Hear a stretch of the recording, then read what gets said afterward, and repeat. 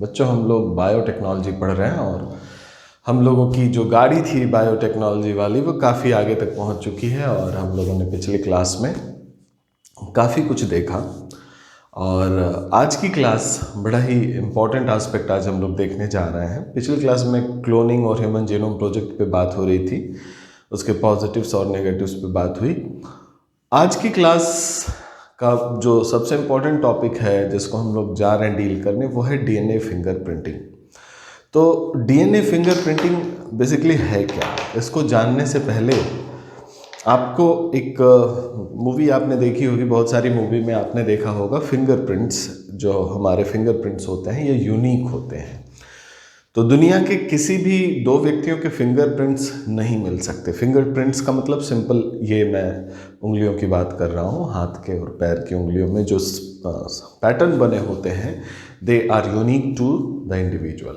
तो होता क्या था, पहले क्राइम सीन वगैरह से फिंगरप्रिंट्स लिए जाते थे and that fingerprint are very peculiar to single individual, और उससे क्रिमिनल्स की पहचान होती थी। तो डीएनए फिंगरप्रिंट जो फिंगरप्रिंट होते थे वो एक्सक्लूसिव थे। अब बात करते हैं डीएनए फिंगरप्रिंट की। जिस तरह से फिंगरप्रिंट एक्सक्लूसिव थे, डीएनए, हमारा जो डीएनए होता है, जेनेटिक मटेरियल डीऑक्सीराइबोन्यूक्लिक एसिड, वो भी एक्सक्लूसिव होता है।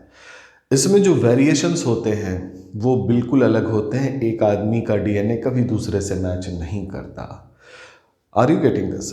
सो डीएनए का जो सीक्वेंस होता है उसको हम लोग एज अ फिंगरप्रिंट यूज कर सकते हैं बिकॉज इट इज एक्सक्लूसिव। तो इसी कारण से इसका नाम डीएनए फिंगरप्रिंटिंग पड़ा। एलेक जेफरी ने इसे खोजा था 1984 के आसपास। तो डीएनए फिंगरप्रिंटिंग है क्या? इट्स अ टेक्निक जिसमें हम डीएनए को सीक्वेंस करते हैं, उसमें एक पैटर्न हमें मिलता है और उस पैटर्न का मिलान, जो बैंड मिलते हैं उसका मिलान उस डीएनए से करते हैं जो कि क्राइम साइट पे हो, चाहे किसी विक्टिम की पहचान करना हो, बम ब्लास्ट में कुछ लोग मरे हों उनकी पहचान करना हो, तो डीएनए का मिलान या पैतृक संपत्ति या पितृत्व का निर्धारण इत्यादि में डीएनए फिंगरप्रिंटिंग यूज होता है। बच्चों, नटशेल में यही बात थी आपको बतानी। और एलेक जेफरी, नाम मैंने बता ही दिया, वैश्विक स्तर पे इसको पहली बार ढूंढा था। और भारतवर्ष में डीएनए फिंगरप्रिंटिंग को प्रसिद्ध करने का जो श्रेय जाता है वो लालजी सिंह को जाता है। Lalji Singh CCMB, centre for sale and molecular biology, Hyderabad में इंस्टीट्यूट है जहाँ पे इन्होंने डीएनए फिंगरप्रिंटिंग पे काफ़ी काम किया और पायनियर वर्क किया इंडिया में। और आज की डेट में डीएनए फिंगरप्रिंटिंग एडमिसिबल फैक्ट, साक्ष्य के रूप में कोर्ट मानता है। तो आइए चलिए देखते हैं डीएनए फिंगरप्रिंटिंग है क्या और इसकी कुछ गूढ़ बातें और इससे जुड़े हुए एक दो तकनीकियां हैं बायोटेक्नोलॉजी की जिसको आपको जाननी ज़रूरी हैं। तो डीएनए फिंगरप्रिंटिंग, डीएनए फिंगरप्रिंटिंग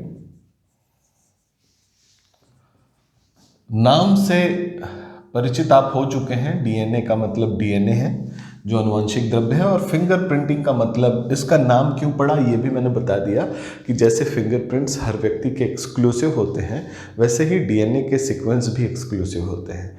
तो उसी नाम के आधार पे, एक्सक्लूसिविटी के आधार पे इसे नाम दिया गया डीएनए फिंगरप्रिंटिंग। और it was first discovered by Alec Jeffrey in the year 1984।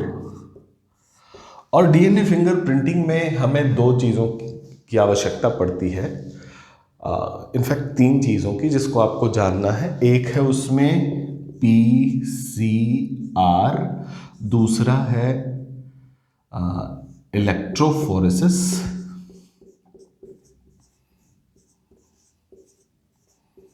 और तीसरा है सदन ब्लॉटिंग।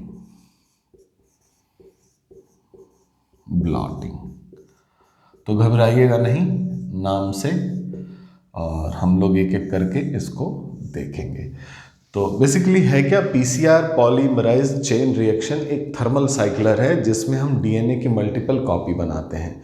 मल्टीपल कॉपी क्यों बनाते हैं इसकी चर्चा हम करेंगे।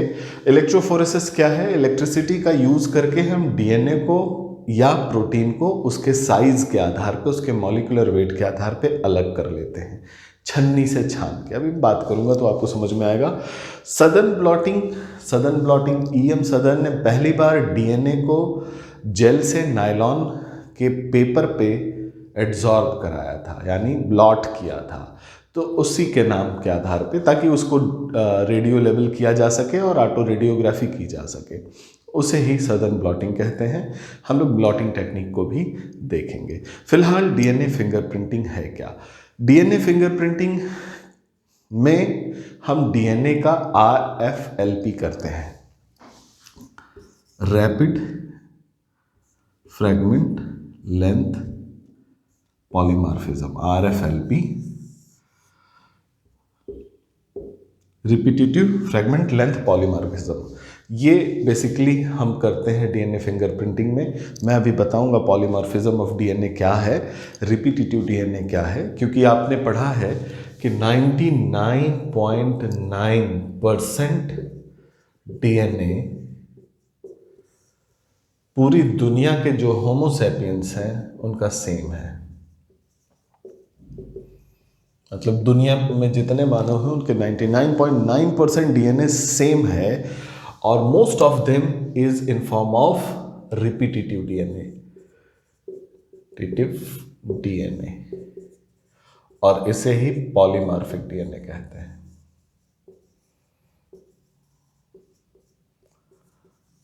Just 0.1% is variation. इतना ही वेरिएशन है जिससे दुनिया में आप इतने वेरिएशंस देखते हो।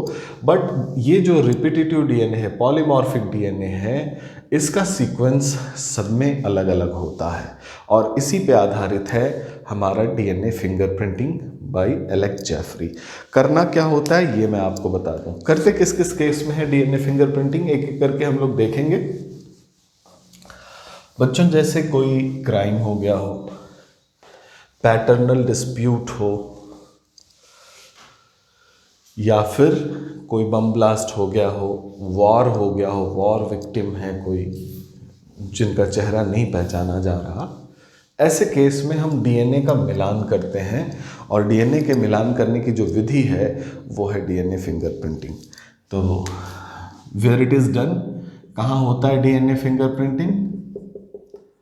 पहले केस में पैतृक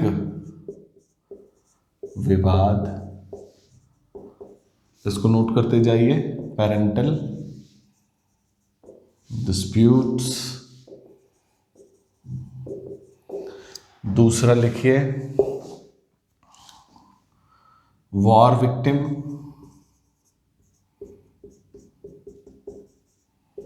bomb blast victim, war victim, bomb blast victim. तीसरा लिखिए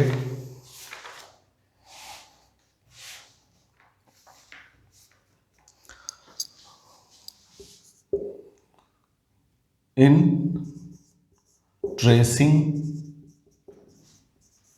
इवोल्यूशन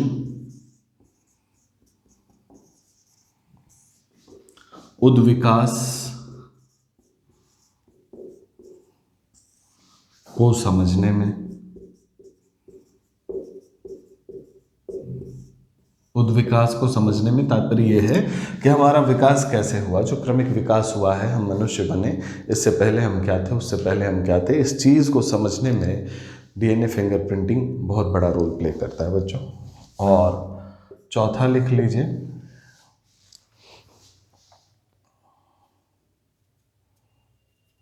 पहचान निर्धारित करने में, ये हो तो गया वॉर विक्टिम की पहचान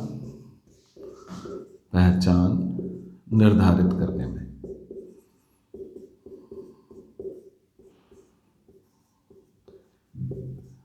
ऐसे जगह पे डीएनए फिंगरप्रिंटिंग से डीएनए का सीक्वेंस बनाया जाता है और उस सीक्वेंस को मिलाया जाता है। डीएनए मैच होने की स्थिति में हम पहचान स्थापित कर लेते हैं, चाहे वो वॉर विक्टिम हो, बम ब्लास्ट हो, या पैतृक विवाद सॉल्व करना हो, या एक चीज़ मैं जो भूल रहा था, आपराधिक मामलों की गुत्थियां सुलझाने में, क्राइम, आपराधिक, और सबसे ज़्यादा यही यूज़ होता है, आपराधिक मामलों की गुत्थियां सुलझाने में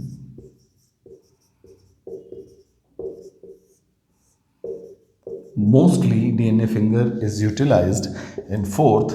क्रिमिनल्स कुछ भी क्राइम करके चले जाते हैं, फॉर एग्जांपल रेप, मर्डर, और उस केस में उनका कोई बॉडी फ्लूइड, लार हो, उनके वीर्य हो, या कुछ भी ऐसा खून हो, बाल हो, उनसे जो डीएनए निकलता है उसकी एनालिसिस, उसकी डीएनए फिंगरप्रिंटिंग के टेक्निक से उस डीएनए को हम सीक्वेंस कर लेते हैं, उसके पैटर्न को देख लेते हैं, और मिलान करने के बाद हम उस क्रिमिनल तक पहुंच जाते हैं। ये तो हुआ डीएनए फिंगरप्रिंटिंग के यूज़। ठीक है बच्चों, अब बात आती है कि डीएनए फिंगरप्रिंटिंग करते कहाँ हैं। आइए देखते हैं, डीएनए फिंगरप्रिंटिंग यहाँ करते कैसे हैं, हाउ इट इज़ डन, ये हम लोग देख लेते हैं। आपको मैंने बताया था क्लास जब हम लोगों ने शुरू की थी, उस समय हम लोग पढ़े थे रेस्ट्रिक्शन एंडोन्यूक्लियस एंजाइम, और हम लोगों ने पढ़ा था कि ये रेस्ट्रिक्शन एंडोन्यूक्लियस क्या करता है, डीएनए को पर्टिकुलर जगह से काट देता है। ठीक है, तो छोटे छोटे फ्रैगमेंट में काट देता है। तो सबसे पहला काम होता है, डीएनए की फिंगरप्रिंटिंग करनी है तो डीएनए को आइसोलेट करना। आइसोलेट करने का मतलब है कि डीएनए को, मान लीजिए आप किसी क्राइम सीन को सुलझा रहे हैं एज अ मॉलिक्यूलर बायोलॉजिस्ट, तो आप देखेंगे कि जो क्राइम सीन है वहाँ से जो विक्टिम के साथ साथ बाकी लोग हैं, उनके बॉडी फ्लूइड, स्किन का अपर लेयर, या फिर उनका सीमेन, या फिर उनके द्वारा निकाला हुआ सलाइवा, कुछ भी वहाँ मिले उसे कलेक्ट करते हैं आप, और उससे आप डीएनए निकालते हैं। तो पहला है आइसोलेशन ऑफ डीएनए।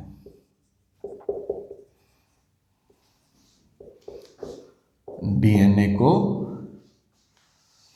एकत्रित करना, बेसिकली एकत्रित ही करते हैं, लिख लीजिए, डीएनए को एकत्रित करना। अच्छा, आपको पता है जब किसी क्राइम सीन पे आप जाएंगे तो वहाँ बहुत ही कम मात्रा में विक्टिम एज वेल एज जो कल्प्रिट है दोनों के डीएनए मिलेंगे, क्योंकि हो सकता है वहाँ सीमेन हो सकता है वहाँ एक बाल, दो बाल ही हो। तो वो जो कम मात्रा का डीएनए है उसको आपको अधिक मात्रा में बनाना होगा। तो यहाँ देखिएगा, यहाँ आपको डीएनए कम मिलेगा और इस कम डीएनए को अधिक में बदलना होता है, यानी मल्टीपल कॉपी बनानी होती है, मल्टीपल कॉपी। और ये मल्टीपल कॉपी बनाने में आपको पीसीआर मदद करता है। क्या मदद करता है? PCR, polymerise chain reaction. ठीक है बच्चों, तो आपने डीएनए आइसोलेट कर लिया, डीएनए आइसोलेट किया तो आपने देखा उसकी मात्रा बहुत कम है। मात्रा कम क्यों है? क्योंकि वहाँ बहुत कम मात्रा में आपको मिला होगा जो स्पेसिमेन है, तो कम मात्रा में डीएनए आया। लेकिन डीएनए एक तो बायोलॉजिकल इन ओरिजिन है, ऑर्गेनिक मटेरियल है, दूसरी बात कम मात्रा में है, तो इसको लॉस, इसका ये ख़त्म होने की संभावना या इसमें कंटामिनेशन होने की संभावना बहुत अधिक है। कहने का मतलब है ये अगर कम मात्रा में आप इसे प्रोसेस कर रहे हो, पता चला बीच में ही आपकी एनालिसिस के बीच में ही टेस्ट ट्यूब गिर गई, एपेंडोफ ट्यूब गिर गई, वो डीएनए ख़त्म हो जाएगा। इसलिए प्रायर आपको करना ये चाहिए कि इस डीएनए को अधिक मात्रा में बना लें, मल्टीपल कॉपी बना लें, जिसके लिए जो मशीन यूज़ होती है उसका नाम है पीसीआर, पॉलीमराइज चेन रिएक्शन। और ये पीसीआर मशीन ही मॉलिक्यूलर बायोलॉजी की जान है। इसी पीसीआर मशीन के कारण ही इतनी जल्दी से हम मल्टीपल कॉपी बना लेते हैं। मेरे ख्याल से इसको क्लास में डिस्कस किया है या नहीं, आज मैं कर देता हूँ कि पीसीआर मशीन है क्या। तो हमें पहले स्टेज पे हम लोग पहुँचे हैं पीसीआर मशीन के, आइसोलेशन ऑफ डीएनए के, कि हमें डीएनए एकत्रित करना होगा। जो नमूने मिलेंगे, नमूने में कहाँ कहाँ से ले सकते हैं हम? बॉडी फ्लूइड जैसे कि फॉर एग्जाम्पल सलाइवा, लार, सीमेन, जैसे कि वीर्य,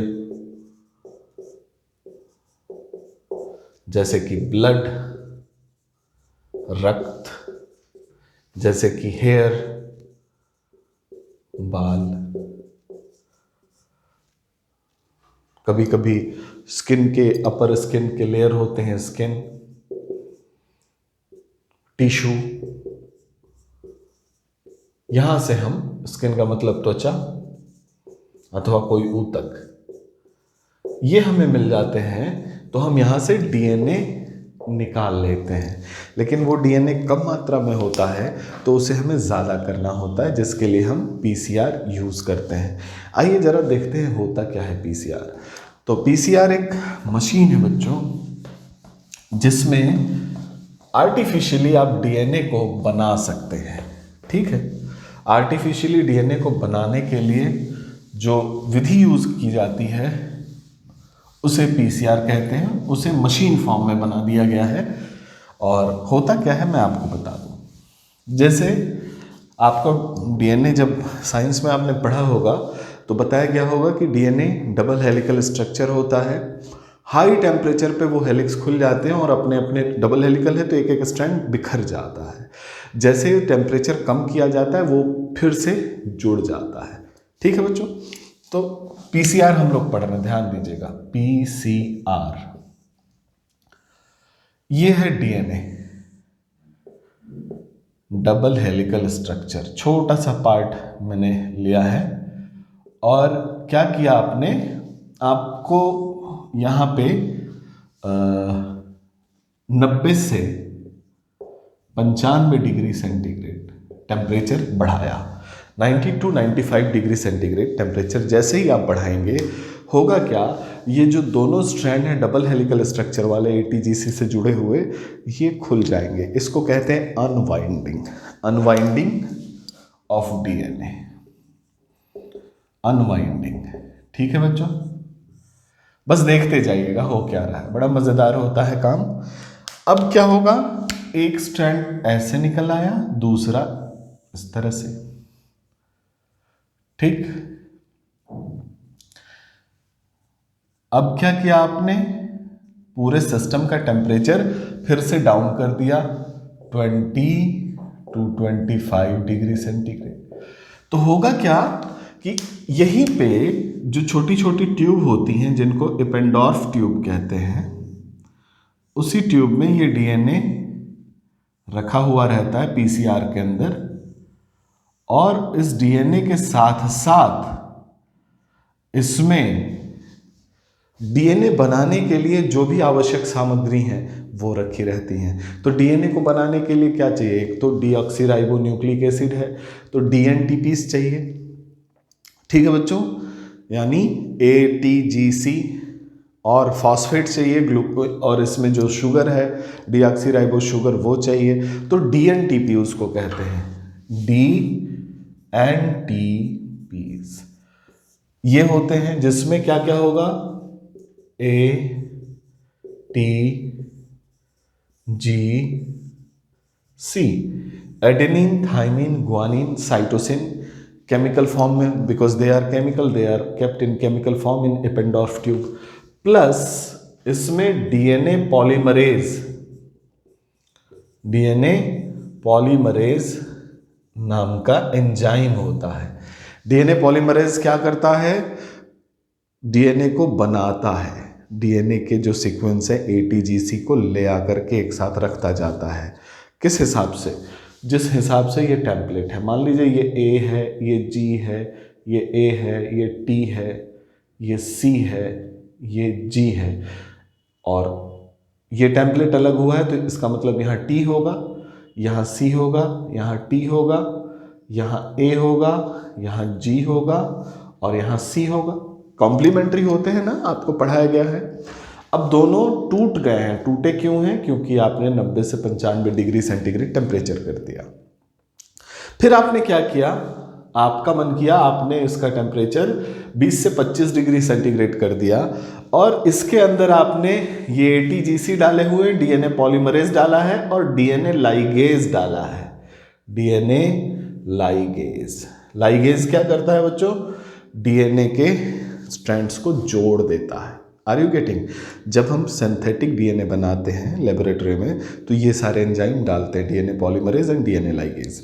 तो ये एंजाइम प्लस डीएनटीपी इस ट्यूब में पड़ी है जो कि पीसीआर में रखी हुई है और पीसीआर का टेम्परेचर एक बार आपने बढ़ाया फिर आपने घटाया। जैसे ही बढ़ाया तो ये अपने स्ट्रैंड में टूट गया और जैसे ही घटाया, कमाल की चीज़ होती है बच्चों, इसके नीचे अलग अलग स्ट्रैंड्स बनने लगते हैं। यहाँ क्या बनेगा? यहाँ T हो जाएगा, यहाँ C होगा, यहाँ T होगा, यहाँ A हो जाएगा, यहाँ G हो जाएगा। Are you getting? यहाँ C, बिकॉज कॉम्प्लीमेंट्री। उसी तरह यहाँ A, यहाँ G, यहाँ A, यहाँ T, यहाँ C और यहाँ G। आप देख रहे हो कि ये जो मैंने रेड से बनाया है बच्चों, ये क्या है? ये इसमें जो डीएनटीपीज आपने रखे हुए थे ना, ये जुड़ करके डीएनए पॉलीमरेज द्वारा इस टेम्पलेट के आधार पे बना दिए गए। ठीक है? और जैसे ही ये बना, यानी यहां एक कॉपी था, देखिएगा एक कॉपी था, आपने पहले टेम्परेचर बढ़ाया, स्ट्रैंड टूटा, फिर आपने 20 से 25 डिग्री सेंटीग्रेड टेम्परेचर किया और क्या बन गया? 2 कॉपी बन गए, 2 कॉपीज बन गए ना। फिर क्या करेंगे बच्चों? फर्दर टेम्परेचर बढ़ा दिया जाएगा। इसको भी मैं मिटा दे रहा हूं, इसको नोट कर लिया होगा आपने, नोट करिए फटाफट, फिर आगे चलते हैं। देखिए, एक कॉपी से 2 कॉपी बन गई है, 2 स्टेज गई हैं। एक बार टेम्परेचर बढ़ाया, फिर टेम्परेचर घटाया, उसके बाद ये प्राप्त हुआ है, यानी फर्स्ट साइकिल। यानी एक बार टेम्परेचर बढ़ाना और एक बार टेम्परेचर घटाना, ये दोनों क्या है? एक साइकिल है, एक चक्र है, एक चक्र, जिसमें पहला क्या है? 90 डिग्री सेंटीग्रेड तक टेम्परेचर बढ़ाना, दूसरा 25 डिग्री सेंटीग्रेड पे टेम्परेचर घटाना। इसको आप समझते जाइएगा बच्चों। तो एक कॉपी से 2 कॉपी बना लिया। अगली साइकिल जब चलाएंगे, साइकिल 2, तो क्या होगा? दूसरी साइकिल में जैसे ही टेम्परेचर आप बढ़ाएंगे तो एक स्ट्रैंड ये बनेगा, एक ये जो ब्लैक से दिखा रहा हूं, उसके बाद रेड वाला भी तो अलग होगा, ये बन जाएगा। अब क्या होगा? दूसरी साइकिल का जो दूसरा पार्ट है, यानी जैसे ही आप ठंडा करेंगे तो क्या बनेगा? यहां पे एक स्ट्रैंड बनेगा, इस पे भी एक स्ट्रैंड, इस पे भी एक स्ट्रैंड, इस पे भी कॉम्प्लीमेंट्री स्ट्रैंड बन जाएगा। यानी दूसरी साइकिल पूरी होते ही 4 कॉपी बन गए। With in few minutes 4 copy बन गए दूसरी साइकिल। एक डीएनए की कॉपी थी, एक स्ट्रैंड था, now it is 4 copies, 4 copies. और फिर ये साइकिल 3 करेंगे आप, साइकिल 3, ये 4 कॉपी, 1 2 3 4 5 6 7 8, 8 स्ट्रैंड में टूटेंगे, 8 स्ट्रैंड फिर से बनेगा। Are you getting? जब दूसरा प्रोसेस करेंगे 25 डिग्री सेंटीग्रेड वाला, तो यहां 4 कॉपी से 8 कॉपी, 8 से 16, 16 से 32, 32 से 64। इमेजिन कीजिए, ये चौथी साइकिल है, ये 5वीं, ये 6ठी। 25 से 30 साइकिल होते ही एक डीएनए कॉपी का मिलियन ऑफ कॉपी बन जाएगा। Are you getting? एक डीएनए कॉपी से मिलियंस ऑफ कॉपी बन जाएंगे, ताकि आपके पास ढेर सारा डीएनए हो और आप उससे डीएनए फिंगरप्रिंटिंग कर सको।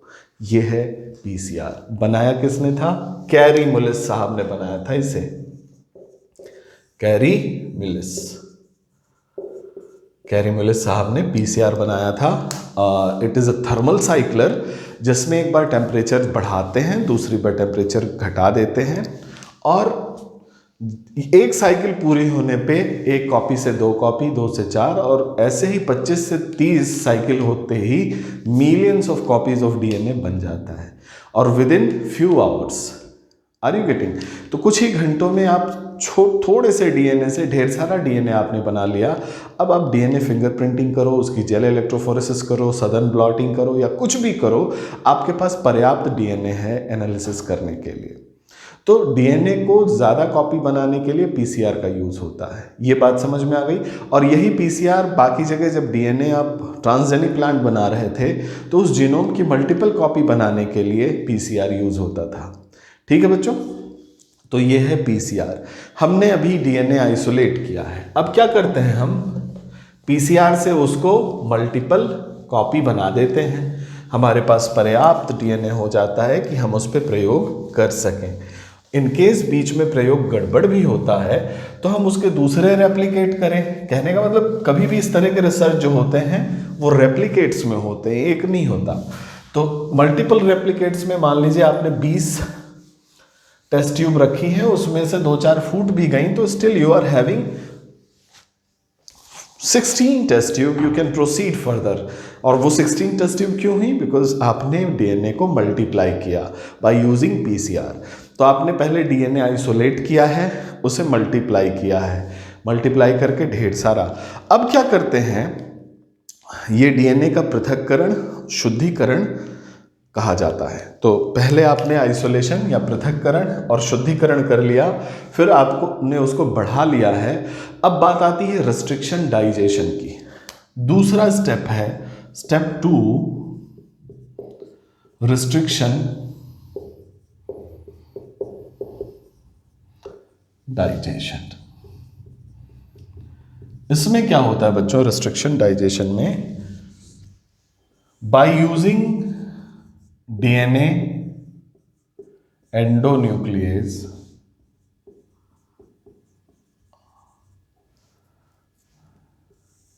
जिसे रेस्ट्रिक्शन एंडोन्यूक्लियस भी कहते हैं, रेस्ट्रिक्शन एंडोन्यूक्लियस, या फिर जिसे आणविक कैंची भी कहा जाता है। आणविक कैंची हम लोग क्रिस्पर Cas9 को भी देख लिए, और आपने पहले देखा था कि रेस्ट्रिक्शन एंडोन्यूक्लियस या रेस्ट्रिक्शन एंडोन्यूक्लियस को भी आणविक कैंची कहते हैं। क्यों कहते हैं? क्योंकि ये डीएनए को स्पेसिफिक एंड पे काट देता है, स्लाइस कर देता है, ताकि आगे हम उसमें कुछ जीन इंटीग्रेट करना चाहे वो कर लें, या फिर उसका सीक्वेंस बनाना चाहें तो वो कर लें। दैट मीन्स कि रेस्ट्रिक्शन एंडोन्यूक्लियस हमने शुरू में ही देखा था 1960 में, इसे खोजा गया अर्बर द्वारा। और रेस्ट्रिक्शन डाइजेशन में डीएनए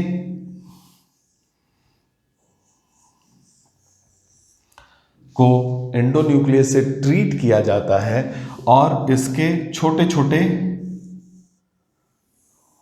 फ्रैगमेंट्स बन जाते हैं। सो रेस्ट्रिक्शन डाइजेशन, इसमें डीएनए डाला जाता है। आप इस चित्र को देख लें। इस चित्र में डीएनए होता है बच्चों, प्लस रेस्ट्रिक्शन एंडोन्यूक्लियस डाल के रेस्ट्रिक्शन डाइजेशन नाम की प्रक्रिया आप पूरी करते हो। यानी कि इस डीएनए को स्पेसिफिक साइट से कई पार्ट में कट कर देते हो। रेस्ट्रिक्शन डाइजेशन से आप इसको कई पार्ट में कट कर देते हो, और हम लोग करने जा रहे हैं रेस्ट्रिक्शन फ्रैगमेंट लेंथ मैपिंग या प्रोफाइलिंग। ठीक है, यानी रेस्ट्रिक्शन डाइजेशन किया और डीएनए को कई पार्ट में हमने कट कर दिया बाय यूजिंग रेस्ट्रिक्शन एंडोन्यूक्लियस। अब डीएनए एक पूरे स्ट्रैंड में नहीं होगा, वो अपने कई पार्ट में हो जाएगा, रेस्ट्रिक्शन फ्रैगमेंट लेंथ मैपिंग। अब क्या करेंगे हम, जो फ्रैगमेंट्स हैं उनकी लेंथ मैपिंग अगर कर लें, दैट मीन्स उनकी साइज अगर हम माप लें, तो हम बता सकते हैं कि पर्टिकुलर व्यक्ति के डीएनए में particular DNA restriction endonuclease enzyme डालने पर उसका जो डीएनए कटता है उसका पैटर्न क्या है। Are you getting? यानी अगर 1 मीटर का डीएनए है तो वो कितने भागों में कटा है और कौन कौन से भाग की साइज कितनी है, यानी कितने बेस पेयर का है। Are you getting? ये अगर हम पता कर लें रेस्ट्रिक्शन एंडोन्यूक्लियस से, तो वो जो स्पेसिफिक फ्रैगमेंट का लेंथ होगा या उस फ्रैगमेंट की जो साइज होगी वो उस व्यक्ति की पिक्यूलियर होगी, वो और किसी में नहीं होगी। यही है डीएनए फिंगरप्रिंटिंग। अब क्या करते हैं बच्चों, जैसे ही हमने RFLP किया, RFLP करना है और हमने रेस्ट्रिक्शन डाइजेशन किया, तो अब हमारी आवश्यकता हो जाती है कि इस टेस्ट ट्यूब में जो डीएनए है, जो छोटे छोटे लेंथ हैं उसके, वो कितने हैं, प्लस उनका सीक्वेंस क्या है, उनका पैटर्न क्या है। यानी अगर इस लेंथ को हम अलग कर लें, किसी प्रकार से अलग अलग कर लें साइज के आधार पे, तो एक पैटर्न आएगा जिसके हिसाब से हम बता पाएंगे। कहने का मतलब है कि आपको सरसों, गेहूं, चावल मिलाकर के दिया हुआ है, आपने एक छन्नी ली, चलनी जिसको कहते हैं, उस चलनी से आपने उस पूरे मिक्सचर को चाला। ऐसी चलनी थी जो गेहूं को ऊपर रोक सकती थी, चावल और सरसों नीचे चले गए, तो गेहूं आपने अलग निकाल लिया। अगले स्तर पे दूसरी चलनी आपने यूज की, उसमें आपने सरसों और चावल को चाला, चावल रुक गए, सरसों नीचे चला गया, तो बाय यूजिंग 2 फिल्टर आपने क्या किया, गेहूं, चावल और सरसों के मिक्सचर को ठीक ठीक पृथक कर लिया, यानी वो अलग हो गए। अब आप गेहूं को अलग कर सकते हैं, चावल को अलग कर सकते हैं और सरसों को अलग बता सकते हैं।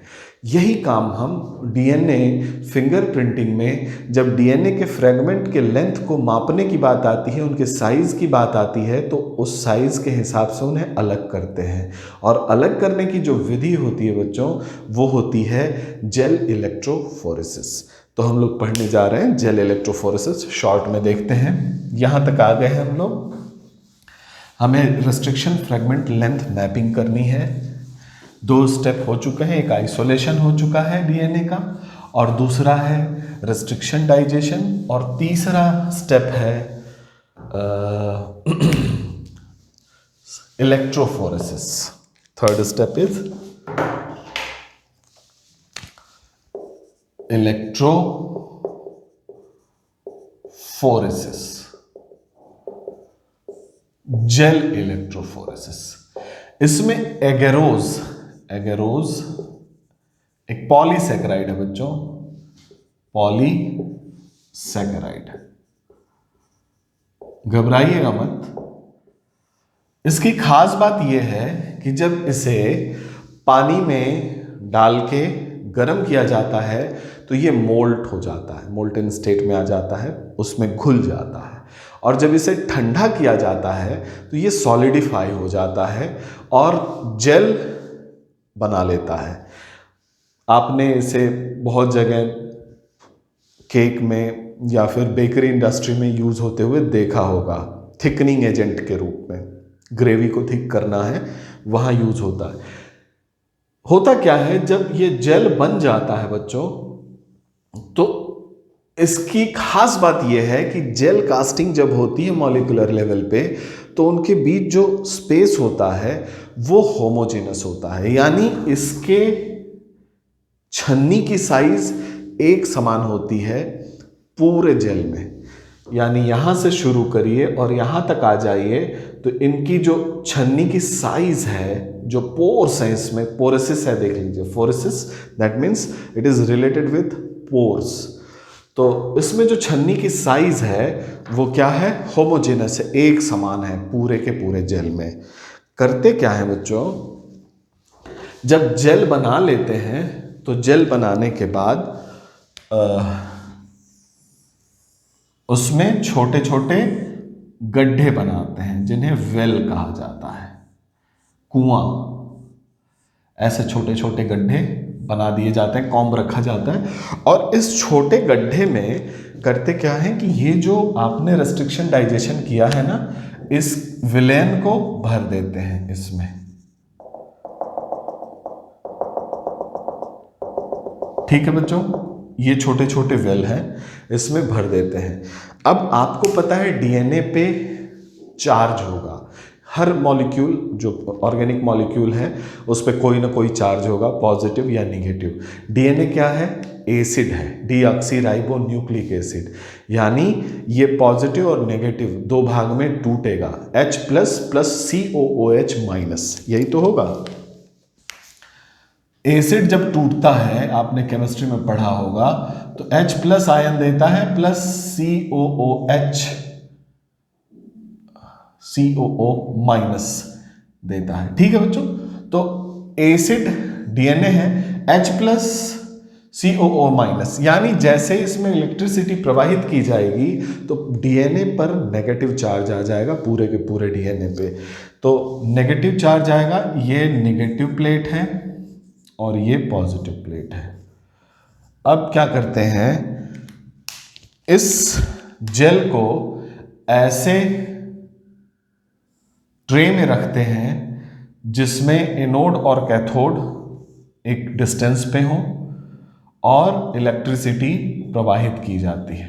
ठीक है, जैसे ही इलेक्ट्रिसिटी प्रवाहित की जाती है बच्चों, ये जो चार्ज पार्टिकल हैं, चूंकि नेगेटिवली चार्ज है तो पॉजिटिव प्लेट की ओर भागेगा, आर यू गेटिंग, ये यहां से भागना शुरू करते हैं, नीचे आना शुरू करते हैं। ये हॉरिजेंटल होता है, नीचे इस ब्लैक बोर्ड पे दिख रहा है, अदरवाइज ये हॉरिजेंटल होता है। ये आगे आना शुरू करते हैं, बेटर टू से, क्योंकि ये पॉजिटिव और नेगेटिव दो प्लेट हैं, एनोड और कैथोड, और इलेक्ट्रिसिटी प्रवाहित करते ही ये भागना शुरू करते हैं। पोर की साइज जो अंदर छन्नी बनी है वो सबके लिए समान है, तो जो छोटा साइज का डीएनए होगा उसके भागने की रफ्तार तेज होगी या धीमी, सोच के बताइएगा। पोर साइज सेम है, पोर साइज सेम है तो जो छोटा वाला होगा डीएनए का फ्रेगमेंट वो तेजी से भागेगा, और जो बड़े साइज वाला होगा वो धीरे धीरे भागेगा। ये डिफरेंस आएगा कि नहीं उनकी स्पीड में, सोच के जरा देखिए। पोर साइज बहुत छोटी है और सेम है, तो जो छोटे डीएनए होंगे वो तेजी से आगे बढ़ेंगे, और जो बड़े डीएनए होंगे वो आराम से, बिकॉज ऑफ देयर बल्कीनेस, वो धीरे धीरे आगे बढ़ेंगे। इस डिफरेंशियल स्पीड के कारण जो बड़े डीएनए होंगे, बड़े साइज वाले डीएनए, वो डीएनए बच्चों ऊपर रह जाएंगे, और जो छोटा वाला डीएनए होगा वो नीचे आ जाएगा। आएगा कि नहीं, ऑब्वियसली आ जाएगा। ठीक है, छोटे डीएनए नीचे आ जाएंगे, बड़े वाले ऊपर, और ये पैटर्न सब में ऐसा ही दिखेगा। Are you getting? अब क्या होगा, on the basis of size, size के आधार पर हमने डीएनए को अलग कर लिया, यानी बड़ा वाला जो फ्रेगमेंट था, फ्रेगमेंट विथ बिगर साइज, वो तो ज्यादा दूर नहीं पहुंचा, लेकिन जो छोटे वाले फ्रेगमेंट थे वो बहुत आगे तक पहुंच गए। अब इलेक्ट्रिसिटी आप ऑफ कर देते हो, 30 से 40 मिनट आप इसको रन कराते हो, उसके बाद ऑफ कर देते हो। अगर आगे भी रन करा दोगे तो ये छोटा वाला बाहर निकल आएगा, क्योंकि पोर साइज तो सेम है और उससे वो निकल सकता है। तो एक कंसिडरेबल टाइम हर लैब में अपना वो होता है कि कितने मिली एम्पियर की करंट प्रवाहित की गई और कितना जेल का साइज है, उस हिसाब से डिसाइड करते हैं, उसको कैलिब्रेट करके रखा गया होता है। 25 से 30 मिनट, कभी कभी 45 मिनट तक हम इलेक्ट्रोफोरेसिस कराते हैं, और on the very basis of size हम इनके फ्रैगमेंट्स अलग कर लेंगे। फ्रैगमेंट अलग हो गए, यानी कि यहाँ जो फ्रैगमेंट का सीक्वेंस मिलेगा वो बिल्कुल वही होगा, चाहे डीएनए कभी भी इलेक्ट्रोफोरेसिस कराओ ऐसा ही आएगा। ठीक है बच्चों, हमने जेल इलेक्ट्रोफोरेसिस से डीएनए का सेपरेशन कर लिया। इलेक्ट्रोफोरेसिस जेल से इस थर्ड स्टेप को हम लिख सकते हैं DNA separation on the basis of size. Size क्या? जो फ्रैगमेंट आपने काटा था रेस्ट्रिक्शन एंडोन्यूक्लियस के, उस साइज को आपने अलग कर लिया by using electrophoresis, एग्रोज gel electrophoresis. यहां तक बात आपको समझ में आई होगी। डीएनए आपने जो फ्रैगमेंट काटा है किसी क्रिमिनल का, उसके फ्रैगमेंट को आपने सेपरेट करके अलग कर लिया। अब ये जो जेल है बच्चों, इस जेल से डीएनए को नाइट्रोसेलुलोज के पेपर पे एड्सॉर्ब कराया जाता है, जिसे कहते हैं ब्लॉटिंग। अगला जो स्टेप है यानी स्टेप 4, वो क्या है? वो है ब्लॉटिंग ऑफ डीएनए। आइए करते हैं ब्लॉट, इसको भी मिटा देते हैं। ठीक है, ये है ब्लॉटिंग, ब्लॉटिंग ऑफ डीएनए।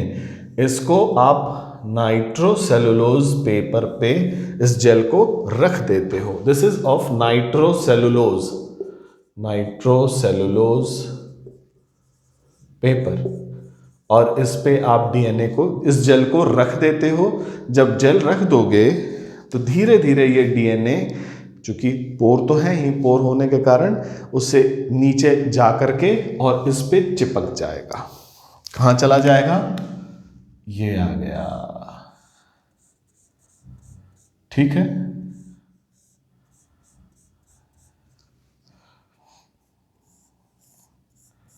ये छोटा डीएनए नीचे, मतलब ये हॉरिजेंटल होता, नीचे मैं बोल रहा हूं but all things are done on horizontal table.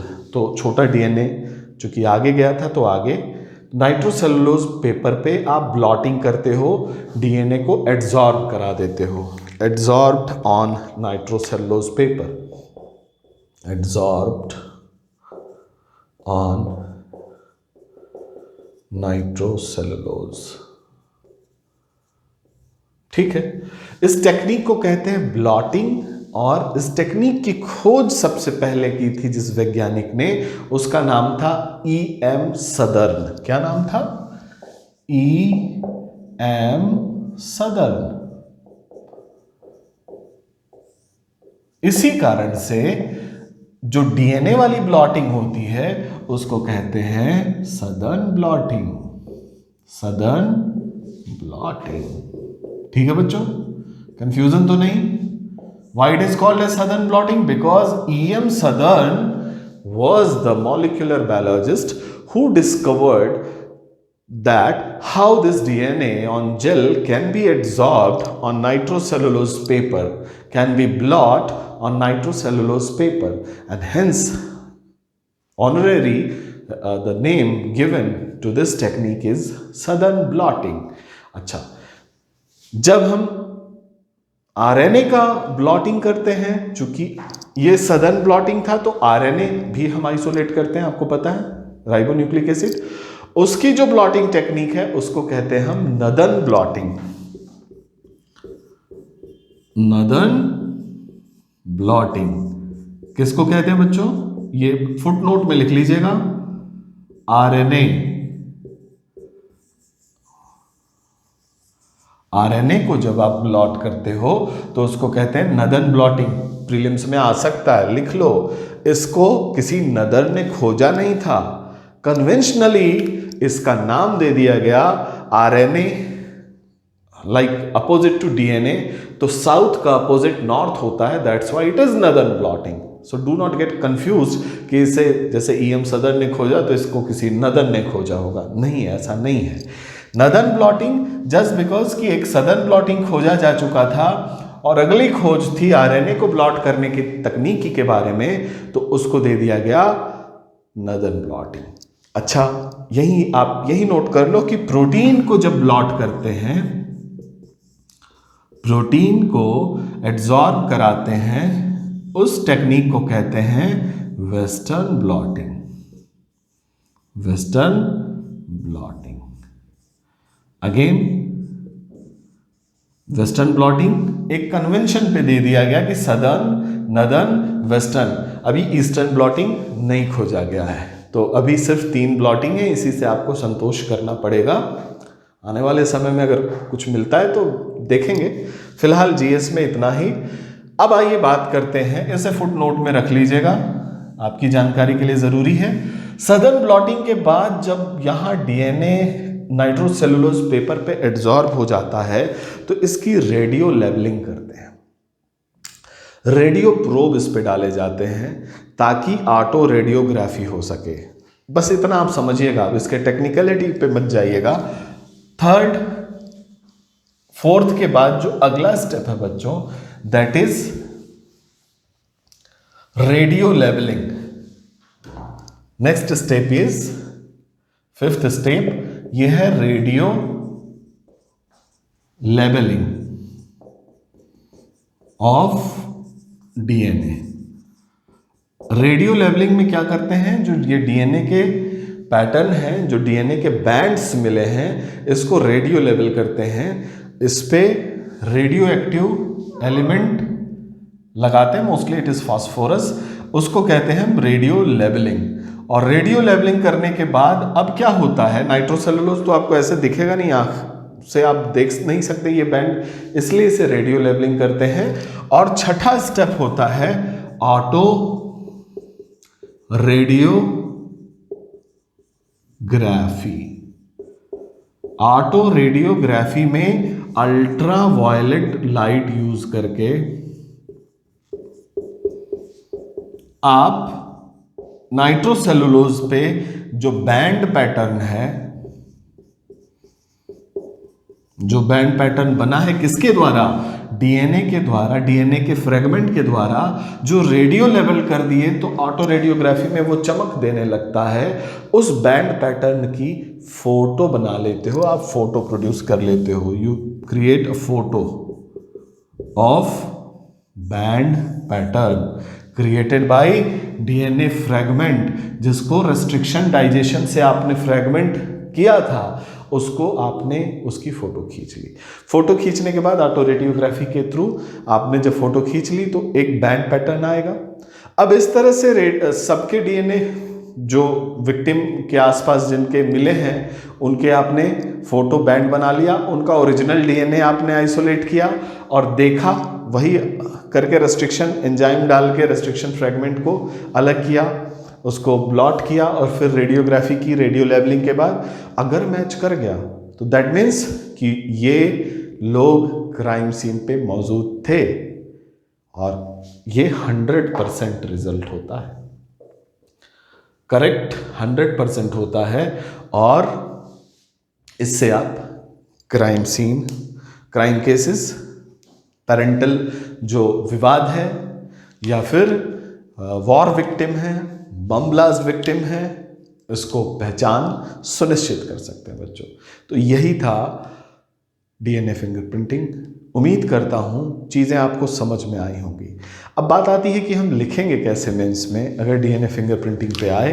तो बच्चों ये 5 स्टेप याद रखना, चित्र याद रखना, और सिर्फ इसको लिख दोगे आप कि इस विधि से हम एक बैंड पैटर्न की फोटो बना लेते हैं जो कि यूनिक होती है, पिक्यूलियर होती है इस पर्टिकुलर व्यक्ति के लिए, किसी भी पर्टिकुलर व्यक्ति के लिए, जिससे डीएनए की पहचान होती है।